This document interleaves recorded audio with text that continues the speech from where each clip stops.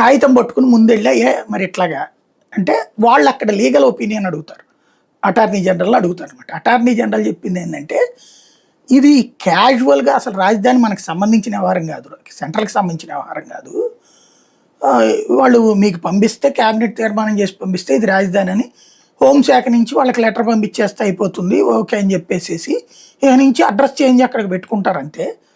దానికి అది మొత్తాన్ని ఒక నగరంగా చేసుకోవడము రాష్ట్ర ప్రభుత్వ ఇష్టమే అదంతా. ఇప్పుడు ఇదివరకు జగన్ దాన్ని తాడేపల్లిలో కలిపాడు కాసేపు, గుంటూరులో కలిపాడు కాసేపు, దాన్ని వీళ్ళు కోర్టులో అడ్డుపడటం వల్ల ఆగింది. లేకపోతే అది ఆటోమేటిక్ అది రాష్ట్రపు హక్కు దాన్ని. అదంతా ఎంత రాజధాని ఉండాలి. ఇప్పుడు విజయవాడకి ఇదివరకు ఉన్న 50 సీట్లు 67 చేశారు, 67 ఇప్పుడు 83 చేస్తున్నారు. ఈ వీళ్ళ చేతుల్లో ఉన్న చట్టమే కదా, దానికి ఎవడు కేంద్రం చేసుకోవాలి. ఇప్పుడు కొన్ని గ్రామాలు కలిపారు నిన్న విజయవాడలోను గుంటూరులోను వీటిలోను.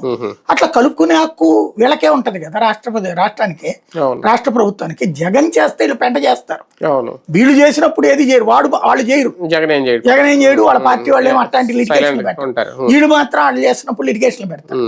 ఇప్పుడు ఆ లెక్కన విజయవాడ గుంటూరు ఈ ప్రాంతం అంతా కలిపేసి మున్సిపాలిటీ ఆల్రెడీ పదవీ కాలం కూడా పూర్తయిపోయింది. కాబట్టి ఈ టైంలో చట్టం చేస్తే కాదనే వాడేవాళ్ళు, ఏ చట్టాన్ని ఎవరిని అడగక్కర్లేదు, ఇక తీర్మానాలు ఏం చేయక్కర్లేదు. మామూలుగా అయితే ఆ మున్సిపాలిటీలో పంచాయతీలో కలుపుకునేటప్పుడు వాళ్ళు తీర్మానం చేయాలి మేము దీంట్లో కలుస్తామని, లేదా ప్రభుత్వం మున్సిపాలిటీ మేము మిమ్మల్ని కలుపుకుంటామని అడిగితే వాళ్ళ ఒపీనియన్ తీసుకోవచ్చు.